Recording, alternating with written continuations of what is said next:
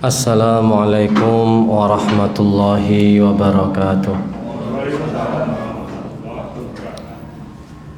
Bismillahirrahmanirrahim.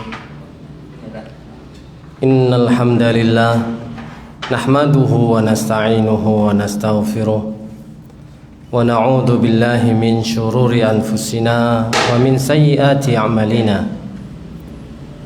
May yahdihillahu fala mudilla lahu wa may yudlil fala hadiyalah.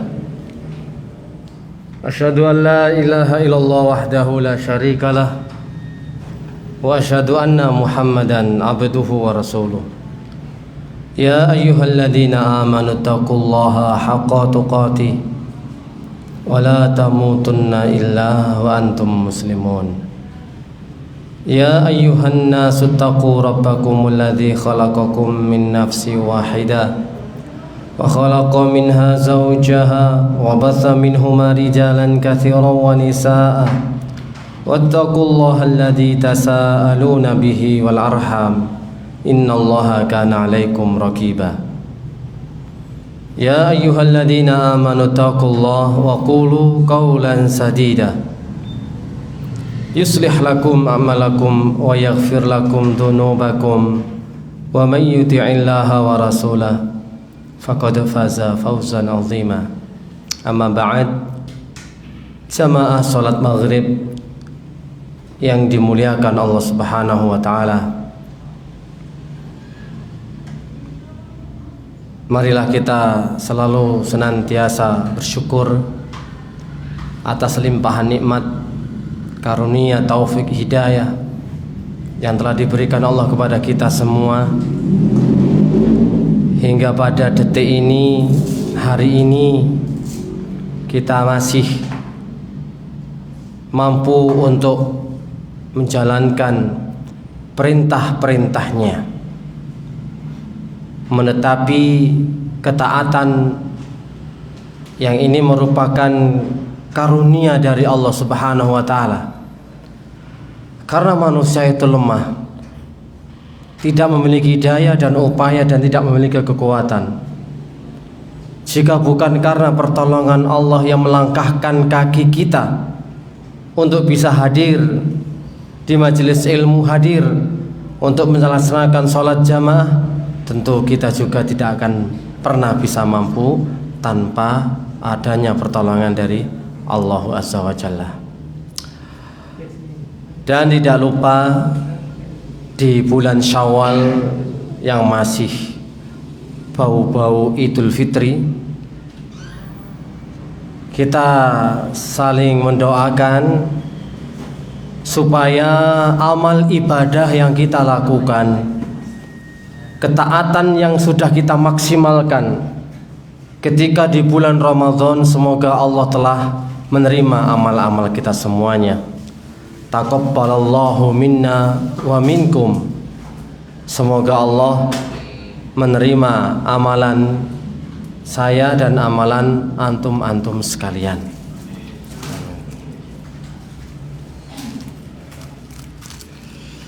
Sebab perhatian ulama-ulama terdahulu ketika melaksanakan dan seusai menjalankan ibadah Ramadan, mereka berdoa kepada Allah supaya amal-amal yang mereka lakukan itu diterima oleh Allah.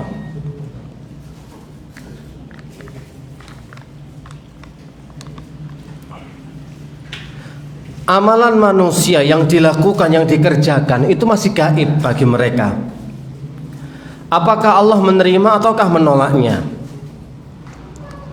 Tidak pernah ada yang tahu. Akan tetapi para ulama memberikan indikasi sinyal ada beberapa hal sebagai tolak ukur yang bisa menjadikan kabar gembira bagi orang yang melakukan amal soleh, apakah diterima oleh Allah ataukah tidak. Nah, ini yang sebagian tanda-tanda yang diberikan oleh para ulama. Salah satunya adalah Imam Ibnu Qayyim al-Jauziyah dalam kitabnya Madarijus Salikin. Karena ini penting, sampai-sampai ulama terdahulu mereka saling mengucapkan doa tersebut dalam rangka mengharapkan apa yang sudah mereka upayakan, yang sudah mereka usahakan di bulan Ramadan benar-benar menjadi hasanah, tabungan kelak di akhirat yang mereka akan jumpai ketika pulang. Kata Ibnu Qayyim rahimahullah, wa alamatu qabuli amalika, dan tanda-tanda diterimanya amalan yang telah kalian lakukan adalah ikhtiqaruhu, kalian menganggap amalan itu tidak ada apa-apanya, sesuatu hal yang remeh. Ikhtiqar itu meremehkan. Jadi seolah-olah apa yang kita lakukan pada waktu di bulan Ramadan itu sangat sedikit sekali. Masih banyak sekali kekurangan-kekurangan yang belum kita penuhi. Ikhtiqaruhu wastiqlaluhu wasaghurahu fi qalbik, sedikit dan bernilai kecil di hatimu. Jadi ada 4 hal tanda kalau amalan itu diterima. 1, menganggapnya itu suatu yang belum apa-apa. Yang kedua, menganggap sedikit dan kecil. Yang ketiga, ya bernilai sedikit dan remeh di hati kita. Intinya amal yang dilakukan itu sangat kecil, remeh, dan tidak berarti apa-apa. Wis, jangan dibalik loh ya.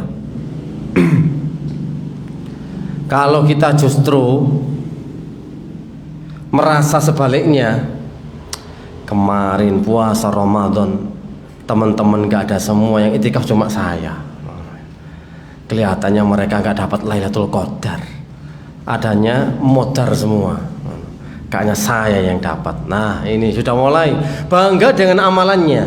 Karena apa? Selalu membandingkan dengan orang lain. Kalau pengen amalan kita itu kelihatan bagus, baik, jangan ditimbang, diukur dengan orang yang gak melaksanakan. Tapi tolak ukur barometernya adalah ulama-ulama terdahulu, bagaimana cara mereka untuk menghidupkan 10 malam terakhir atau dalam menjalankan ibadah puasa di bulan Ramadan. Kalau yang dilihat adalah samping kirinya, samping kanannya, tetangganya, yo menang jenengan. Oh iya, aku wis ket sore marisa gak mulai sampai esok subuh. Gak turu belas kuat, wis paling ngopi ngono ae. Mari ganti Torabika, ganti Nescafe, ganti Pop Mie, wis opo ae wis. White coffee, digawe ganjel ben gak turu. Sudah bangga duluan. Koyoke malam iki ibadahku enak pol. Isok fokus, isok khusuk koyo malam Lailatul Qadar iki. Aku yo gak sumuk, yo gak engkep. Soale ASEAN. Ngono ya. Lah iki ASEAN ya terang ae. Pak, yo apa bendino nang musolaku masjidku koyoke turun malam Lailatul Qadar. Lho, kok iso? Gak tau sumuk, tenang. Koyoke bendino mudhun nek karo ASEAN. Ya tenang ae. Nah, kalau seseorang sudah menganggap besar apa yang dia lakukan, otomatis dia sudah merasa wah, apa yang dilakukan sudah berlebih. Maka justru ini tanda amal seseorang itu belum diterima. Kalau dia masih merasa besar, masih merasa lebih baik dari orang lain, otomatis kemungkinannya kecil amalannya diterima.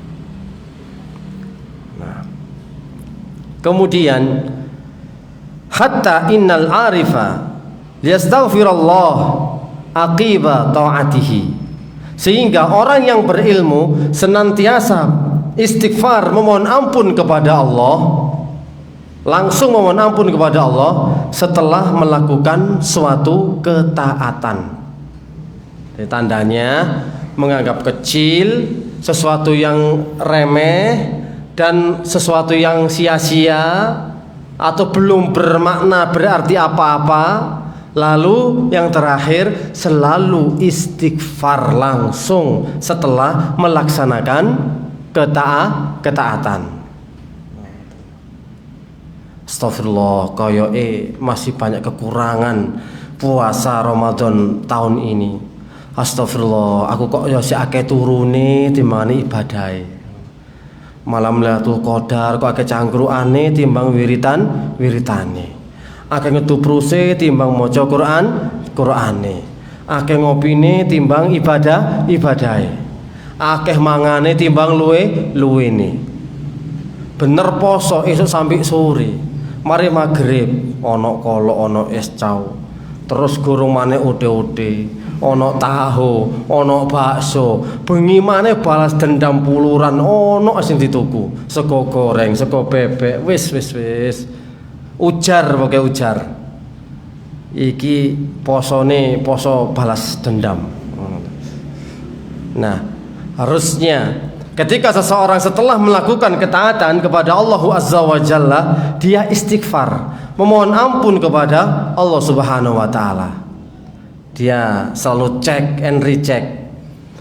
Ini amalan saya ini apakah benar-benar sudah diterima apa belum? Termasuk kategori baik, sempurna atau masih jelek. Makanya orang-orang soleh, orang-orang beriman itu mereka memiliki prinsip beristighfar setelah melakukan amal soleh. Niki Pak paling penting niki. Nah kalau kita ternyata kok ketika melaksanakan ketaatan, habis kajian atau membaca Al-Quran atau selepas Ramadan, ternyata kita kok santai-santai saja, tidak beristighfar, malah melirik tetangganya, melirik yang lainnya. Aku katam ping pindho kok cek gurung katam-katam ae. Wis rumangsa wah ngono lho. Quran kene gambar lecet diwolak-walik kudu didelok tok ae. Lah opo kat maca keturon ngono. Maca titik keturone sing suwe. Gak mari-mari aturane ngono. Lah gak koyo awak dhewek iki ae. Lah ngono lho Pak. Awak dhewek iki ngaji Quran ben mari salat iki wis tak siapi wis. Makanya sok katam ping pindho. 2 kali katam wis bangga ndelok tanggane, ndelok kancane, ndelok sampinge yang belum bisa khatam. Harusnya dia istighfar. Tolak ukurnya, barometernya adalah orang-orang terdahulu.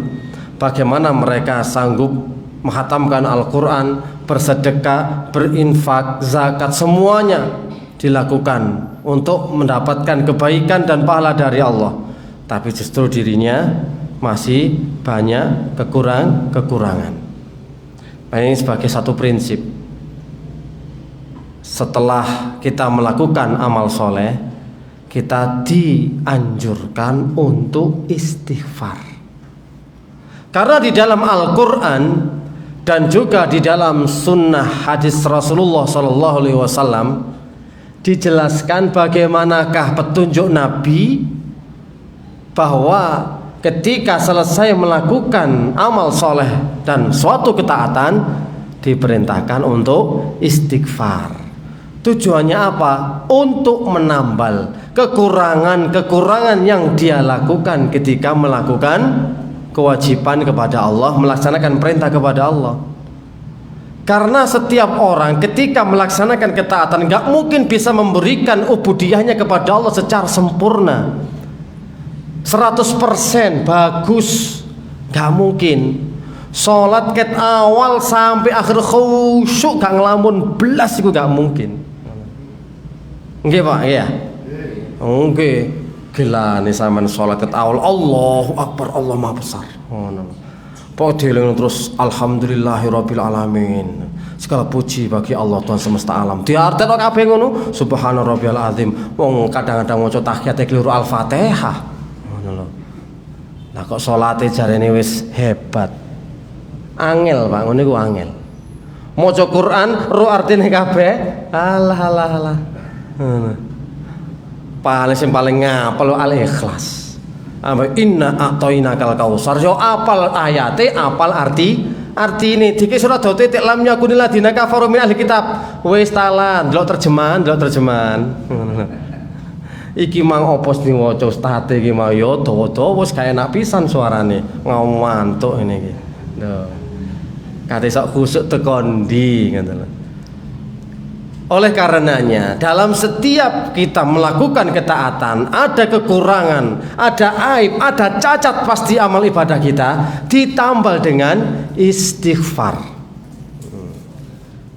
Kalau kita perhatikan, kalau kita lihat, pertama ya memang terdapat banyak perintah baik dalam Al-Quran ataupun Sunnah agar kita mengakhiri amal kebaikan kita dengan istighfar.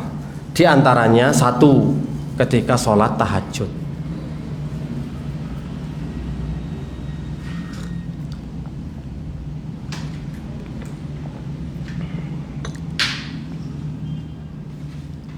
Wabil asharihim yastaghfirun.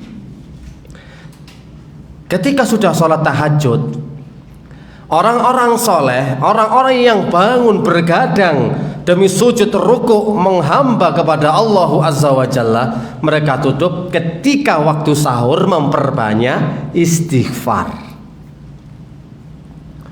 Jadi sholat tahajud itu gak mepet, gak pas tarhim itu. Sholatu wassalamu alaihi, sholat tahajud. Iku supaya wiritan istighfar tutup ayat tahajud. Salatu wassalamu alaihi ngono suwae iki wis semangat iki wis enak susu cekak ngantuk. Aku nek sholat jam 2, jam 3 keturun maneh kok ngantuk soalnya. Man tak perepet tak peripit kate subuh pas tarkim aku sholat. Enak langsung budal subuhan nang masjid. Katangi jam 2 wis seliut-seliut keturun bablas sak subuhe.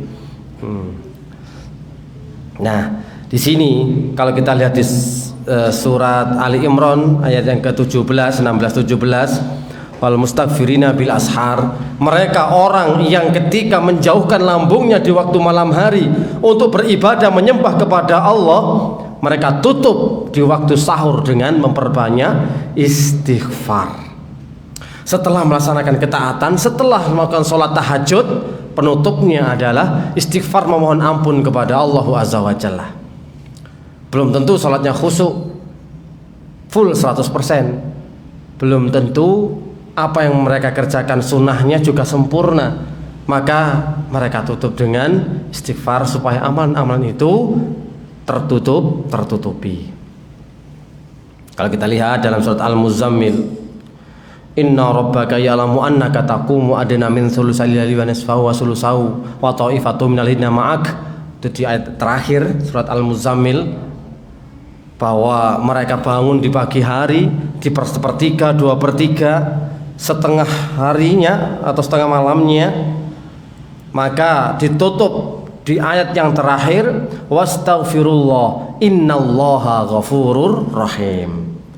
Surat Al-Muzammil terakhir ditutup dengan istighfar, yang menunjukkan ada syariat memang setelah kita menunaikan sholat tahajud jangan lupa perbanyak istighfar.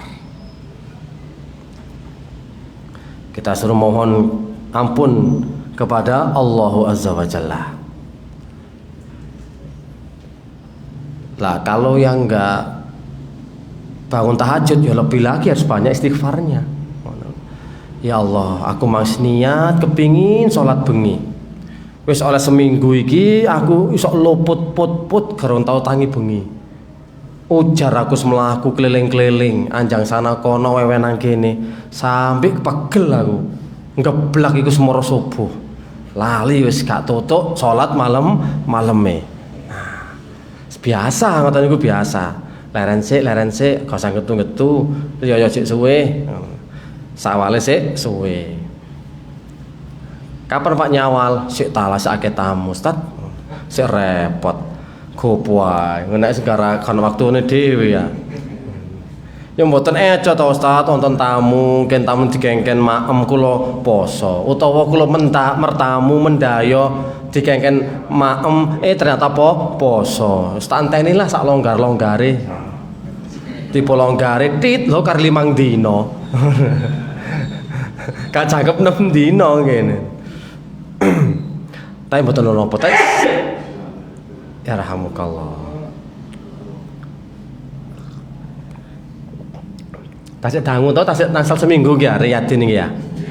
Nggih, sik dangu, kari 3 minggu. Selikur dina, mosok selikur dina gawe sok 6 dina ngono. Seminggu pindho lah cukup sih wis ngono. Mek 6 ae.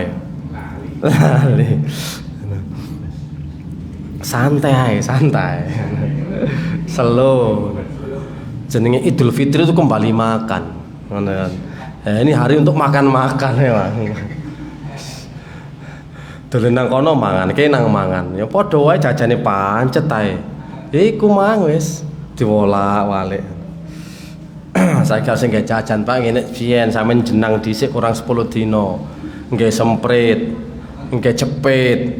Saiki mboten enten wis umplungan sedanten. Mbok puter cukis, mbok kongguan, mbok apa ae. Ana maneh kang arek cilik inaku. Wah, apa nih jenenge? Jeli inaku, Pak. Nek sing mboten inaku mboten eco, kok watuk pilek. Terus ngoten ya, Pak. Terus tiang-tiang niku. Iki sebut merek nih, inaku nu eco. Wis talah. Mboten sing cilik tok Ustaz, sing gedhe ya arep blableb ae. Inaku. Yang kedua, setelah haji. Jadi benar-benar supaya amal kita diterima, tutup dengan istighfar. Kita mengakui kepada Allah banyak kekurangan. Penghambaan kami, Allah masih banyak aib, cacat, kekurangannya. Kami malu ya Allah mempersembahkan ini kepada Engkau. Harusnya gitu. Makanya ditutup dengan istighfar. Pernah tahu kita kisahkan bagaimana Ibnu Qayyim memberikan perumpamaan. Ruhnya sholat itu adalah khusyuk. Kalau seorang sholat nggak khusyuk, sama saja ya jasad tapi tidak memiliki ruh.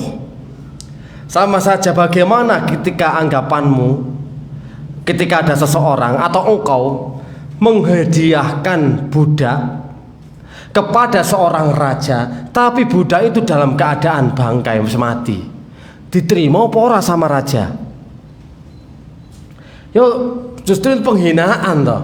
Buat apa budak sudah meninggal? Yang masih hidup kan masih bisa diperintah, dikongkon-kongkon, disuruh. Tapi sudah meninggal, ini namanya penghinaan. Sama sholat kalau nggak ada ruhnya, nggak ada khusyuknya, sama saja dengan menghadiahkan, memberikan ibadah kepada Allah seperti halnya bangkai. Dia apa gak tahu khusyuk Jadi kita harus malu kalau ibadah kita nggak ada yang sempurna dalam hal apa saja. Soalnya ke raja diraja. Kita ke presiden saja pasti malu untuk memberikan hadiah sing kalau nggak wapi nggak mungkin. Mosok saumpama ya. Wis aja dadi Pak Jokowi ngene ya. Mosok Pak Gubernur sampean kei gelasan ngene. Kan minimal botolan sih. Mosok gelasan Pak Gubernur ini Pak Bupati datang ndek gelasan bermerek ini pisan umpamane pasti anda para suguhane sanggai kacang krepek gedang kan gak mungkin sih ngono. Anggur merah minimal, anggur hijau ngono. Mosok dikek cuwet. Nah angel ae cuwet niku angel.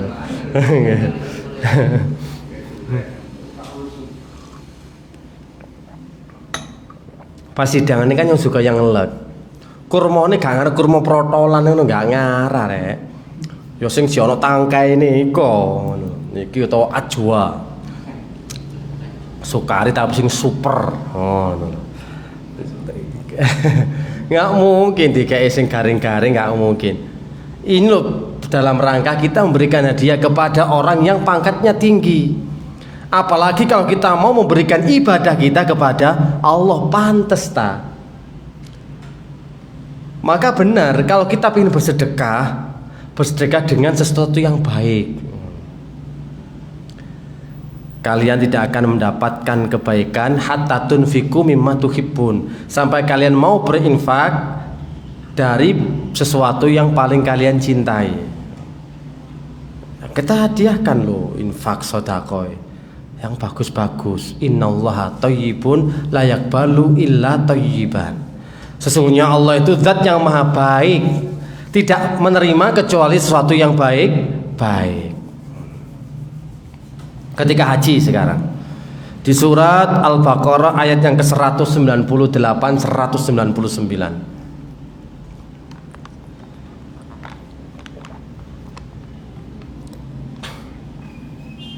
فَإِذَا أَفَضْتُم مِّنْ عَرَفَاتٍ فَاذْكُرُوا اللَّهَ عِندَ الْمَشْعَرِ الْحَرَامِ. Apabila kamu atau kalian telah selesai dari Arafah, padang Arafah, berzikirlah kepada Allah di Masy'aril Haram dan berzikirlah dengan menyebut nama Allah sampai ayat yang terakhir, tsumma afidhu min haitsu afadhan nas wastaghfiru. Kemudian bertolaklah kamu dari tempat bertolaknya orang-orang di Arafah dan mohonlah ampun kepada Allah. Syariatnya penghujung inti dari ibadah haji itu kan wukuf di Arafah. Makanya ketika kita selesai wukuf di Arafah, di dalam Al-Quran ini Allah memberikan pelajaran wastaghfiru, mohonlah ampun kepada Allah Subhanahu wa ta'ala dari hal-hal yang mungkin kurang baik dalam haji, mungkin sik rasan-rasan, mungkin masih jidal-jidal iku sik debat, masalah panganan debat, ngombe debat, tempat debat, ngone kemah debat, rono debat. Ikan yang mengurangi pahala toh. Ada satu yang mungkin kurang nyunnah. Nah, di situ ditutup semua dengan istighfar, ditempel semua. Biar lubang celah aib itu tertutupi dan dianggap impas oleh Allah, dan akhirnya kita mendapatkan pahala yang penuh. Setelah tahajud, yang kedua setelah haji, yang ketiga setelah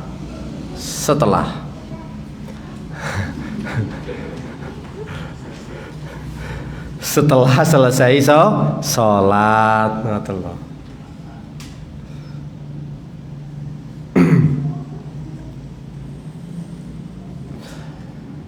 Loh, mengapa istighfar setelah sholat? Sama penjelasan di atas ya, kita memahami kenapa kita harus beristighfar setelah sholat.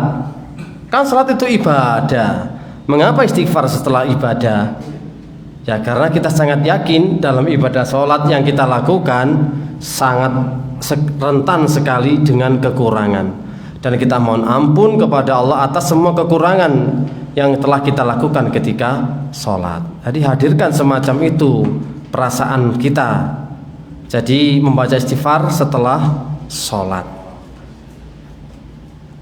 Astagfirullah itu ya.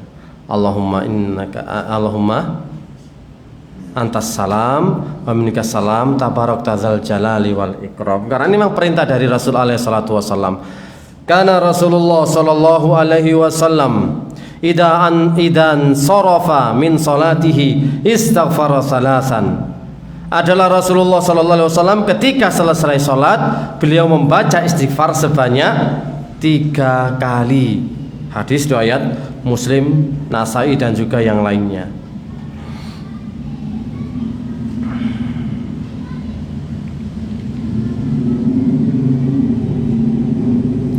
Ketika Syekh Ibnu Utsaimin ditanya, "Lho kok kebelet pipis aku iki apa ya?"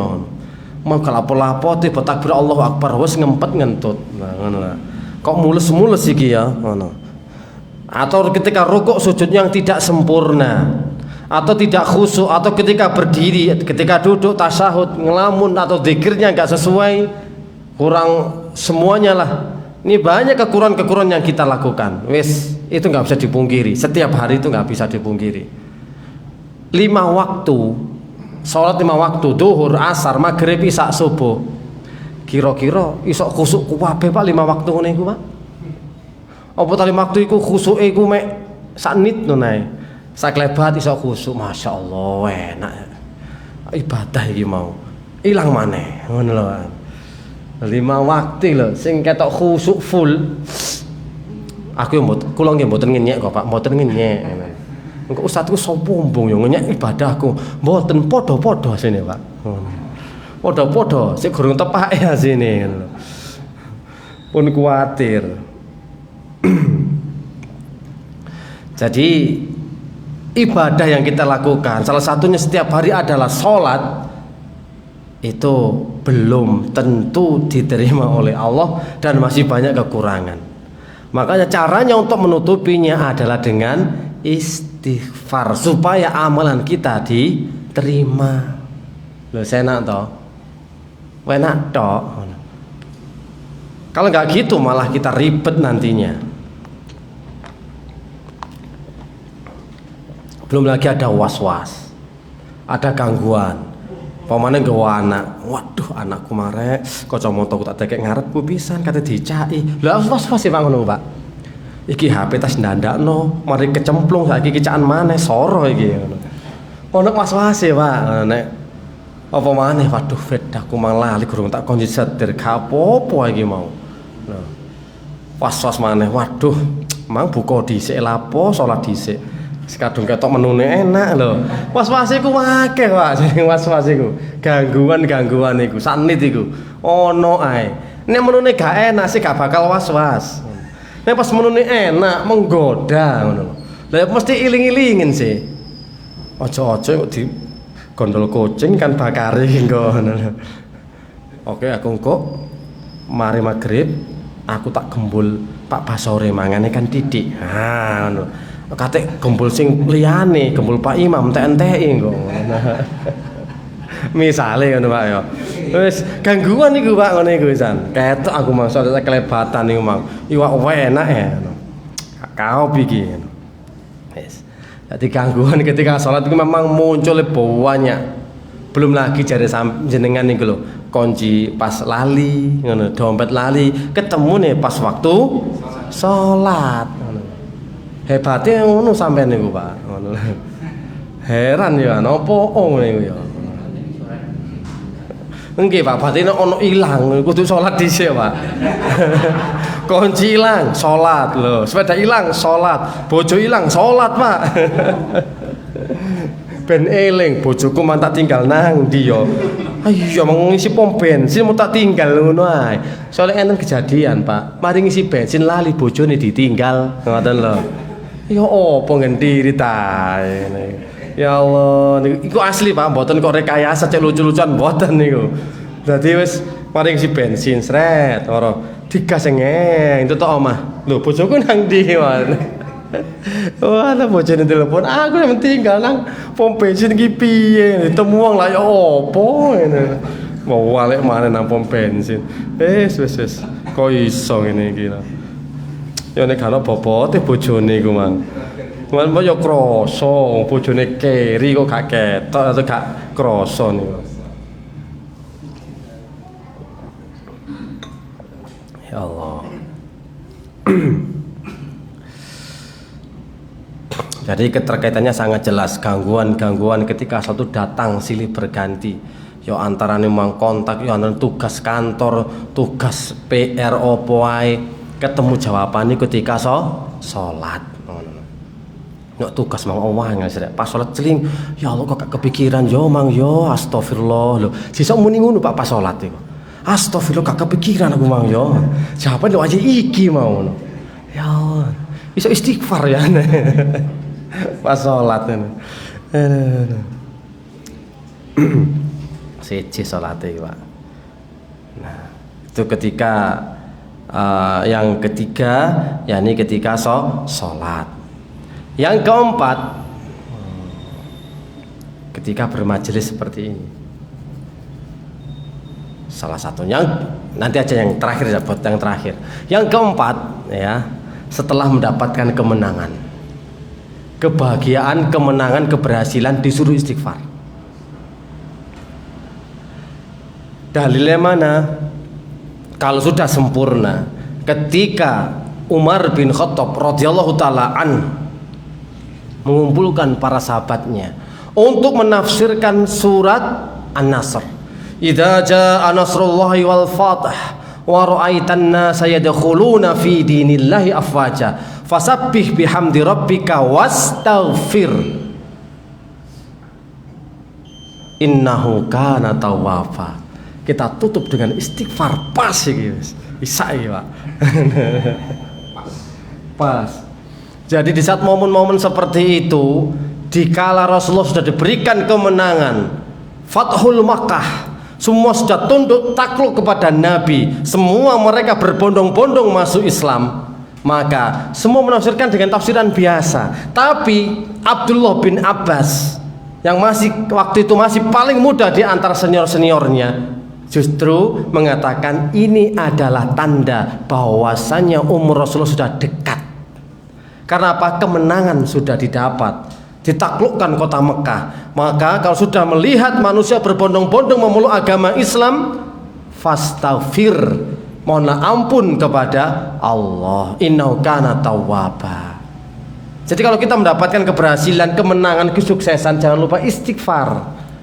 Mungkin karena di balik kesuksesan itu ada sesuatu yang masih cacat, yang celah, yang kita harus tutup dengan istighfar. Baru yang kelima tadi, ketika kafaratul majelis atau ketika kita berbincang santai masalah kebaikan, tutup dengan istighfar. Astagfirullah, gitu loh, Pak. Jadi kalau ada kata-kata yang baik ketika kita berbicara pas mungkin cangkruan, bincang santai, nah hal itu kalau sudah bahas akhirat, bahas masjid, bahas musola, bahas kebaikan, tutup juga dengan istighfar. Atau kafaratul majelis nggak apa-apa, cek buyar. Pun monggo nggih, sampun nggih pun dalu soal niki dinteni tangga-tanggane, bojo-bojone. Subhanakallahumma bihamdika asyhadu an la ilaha illa anta astaghfiruka wa atubu ilaik. Wassalamualaikum warahmatullahi wabarakatuh.